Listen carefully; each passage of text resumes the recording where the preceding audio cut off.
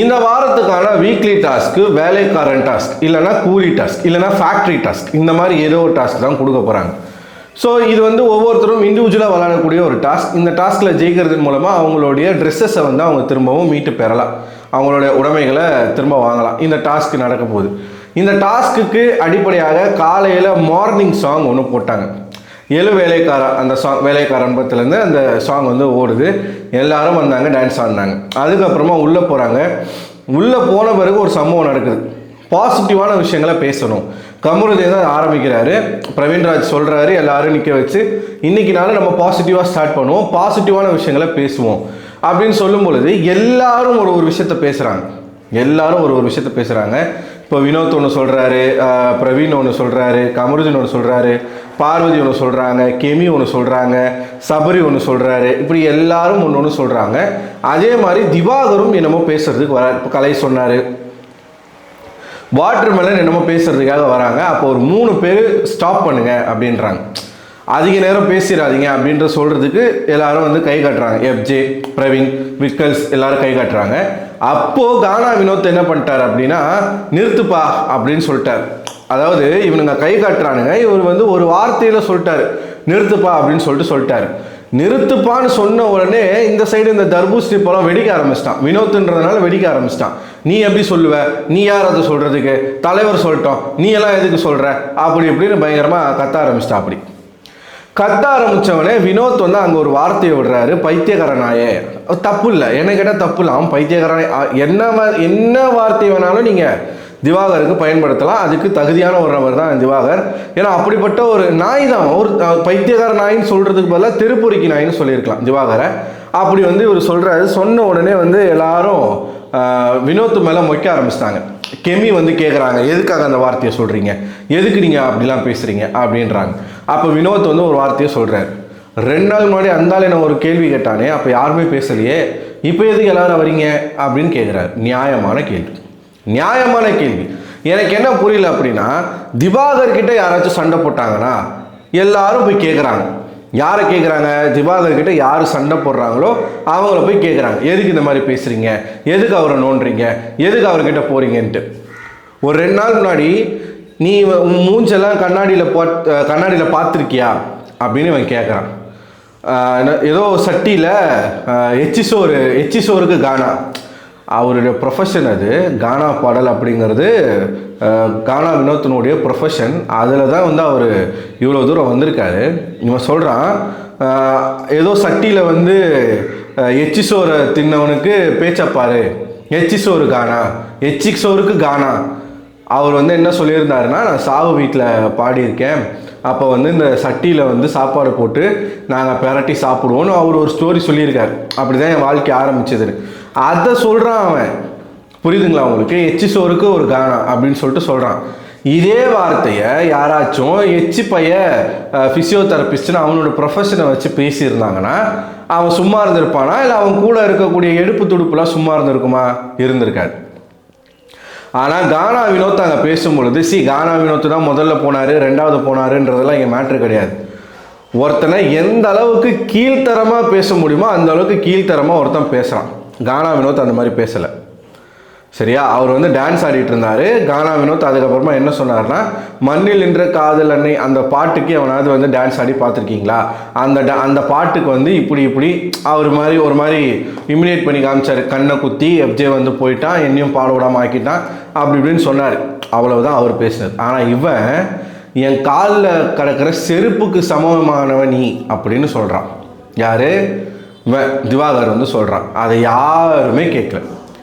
பக்கத்துலேயே விக்கல்ஸ் வயிற்றுல தான் படுத்திருக்காங்க. விக்கல்ஸ் வந்து சுபிக்ஷா வந்து வெங்காயத்தை எடுத்துகிட்டு போனதுக்கு அவ்வளோ கற்றுனார். ஒரு 4 வெங்காயத்தை எடுத்துகிட்டு போனதுக்கு அவ்வளோ கற்றுனார். இது வந்து டிஸ்கிரிமினேஷன் தானே. அந்த வீட்டுக்குள்ளே ஒரு பாகுபாடை தானே பேசுகிறான் அந்த ஆள். என் காலில் இருக்கிற செருப்புக்கு நீ சமம் இல்லை அப்படின்னும் போது அது கண்டிப்பாக அது டிஸ்கிரிமினேஷனில் தான் சேரும். அப்படி ஒருத்தன் பேசுகிறான், ஒரு வார்த்தை கேட்கல, யாருமே கேட்கல, அங்கேருந்து யாருமே கேட்கல. அப்போ தான் வந்து கமருதீனுக்கும் இவனுக்கும் சண்டை வந்துச்சு. அது அப்படியே எக்ஸ்கலேட் ஆகி சண்டை வந்துச்சு. யாராச்சும் அதை கேட்டு முடிச்சிருந்தாங்கன்னா சண்டை வந்திருக்காது.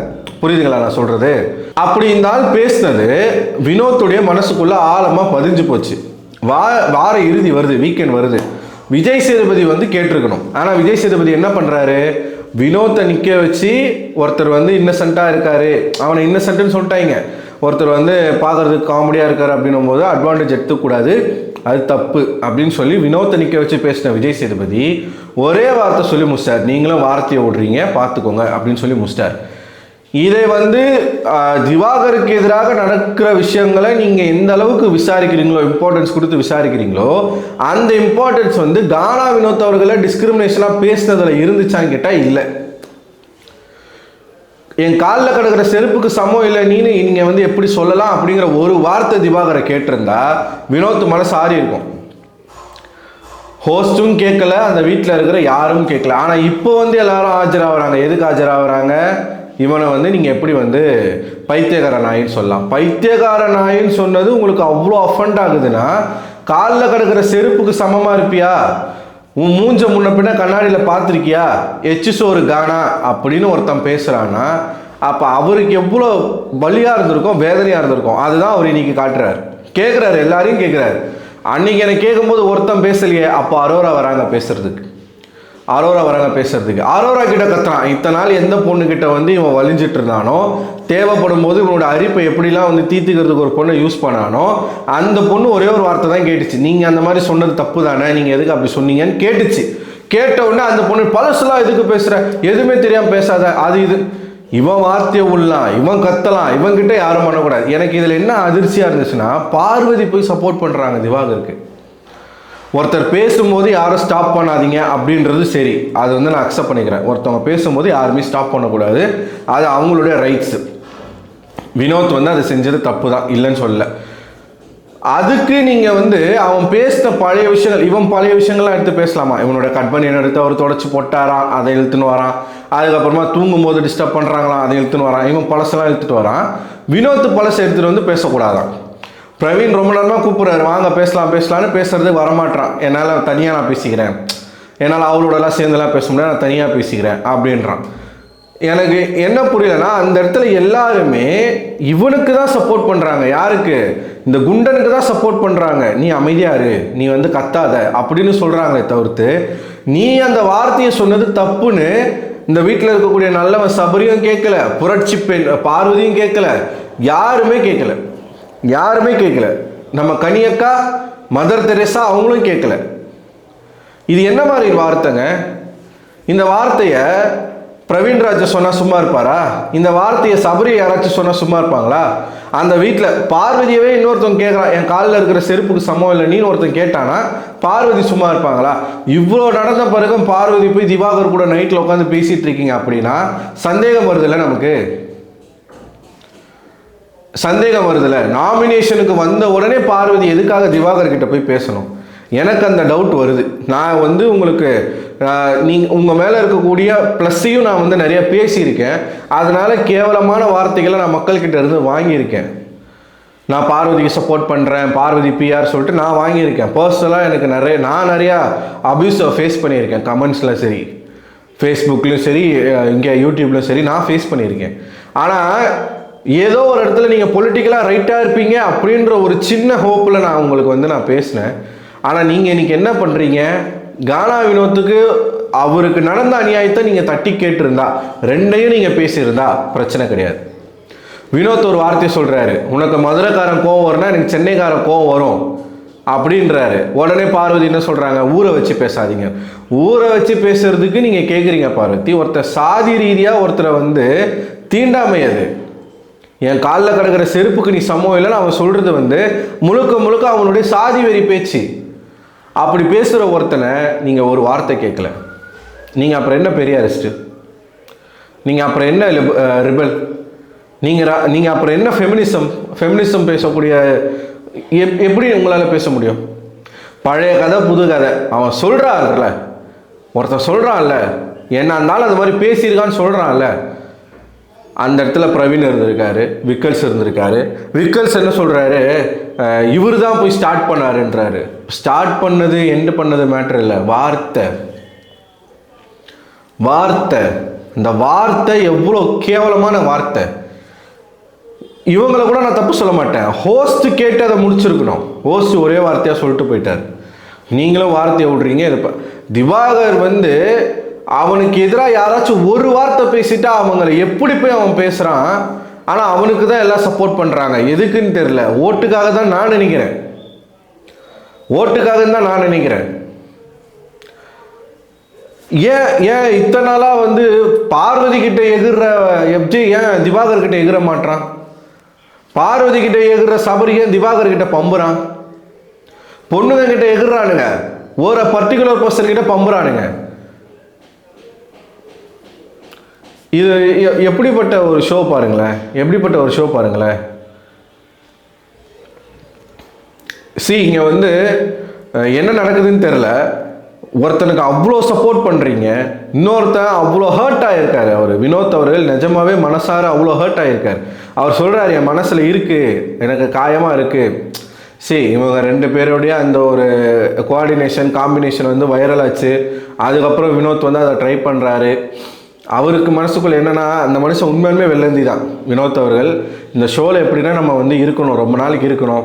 அப்போ இந்த ஒரு விஷயம் நமக்கு வந்து வெளியில் போயிருக்கணும் போது நம்ம அதை வந்து நிறையா பண்ணலாம் அப்படின்னு நினச்சி அவர் பண்ண போய் அது வந்து அவருக்கே பேக் ஃபயர் ஆயிடுச்சு. ஆனால் வினோத் வாயில் இருந்து ஒரு நாளும் திவாகரை அந்த அளவுக்கு மட்டமாக அவர் பேசுனதே கிடையாது. அவர் அதிகபட்சமாக என்ன பேசியிருக்காருன்னா, நீ ஒரு டாக்டர் தானே, உனக்கு தெரியாதா, நீ ஒரு நடிகனே கிடையாது, உனக்கு நடிக்க தெரியாது, உனக்கு நடிப்பே வரல, இந்த மாதிரி தான் அவர் பேசியிருக்காரு. தவிர்த்து அவனை மட்டமாக்கி அவனை வந்து நீ எல்லாம் ஒரு ஆளே கிடையாது, உன் மூஞ்ச கண்ணாடியில் பார்த்துருக்கியா, நீ என் காலில் இருக்கிற செருப்புக்கு சமம் அப்படின்லாம் அவர் பேசலை. திவாகர் பேசின பிறகு பேசியிருக்கார். அதே வார்த்தையை அவரும் சொன்னார். திவாகர் பேசுனதுனால அவர் சொன்னார். இங்கே திவாகர் போய் என்ன சொல்கிறான், அவர் பேசுறதுனால நான் சொல்கிறேன்றான். யார் பேசினாலும் இந்த வார்த்தை பயன்படுத்துவது என்பது தவறு. இன்னொருத்தர் அவனும் கண்டஸ்டன்ட், நீயும் கண்டஸ்டன்ட். இத்தனைக்கும் சொல்ல போனால் அவனை விட திவாகர் தான் மட்டமான ஆள். வினோத்தை விட திவாகர் தான் மட்டமான ஆள். இவன் வந்து அவரை சொல்கிறான், நீ என் காலில் இருக்கிற செருப்புக்கு சமம் இல்லைன்ட்டு.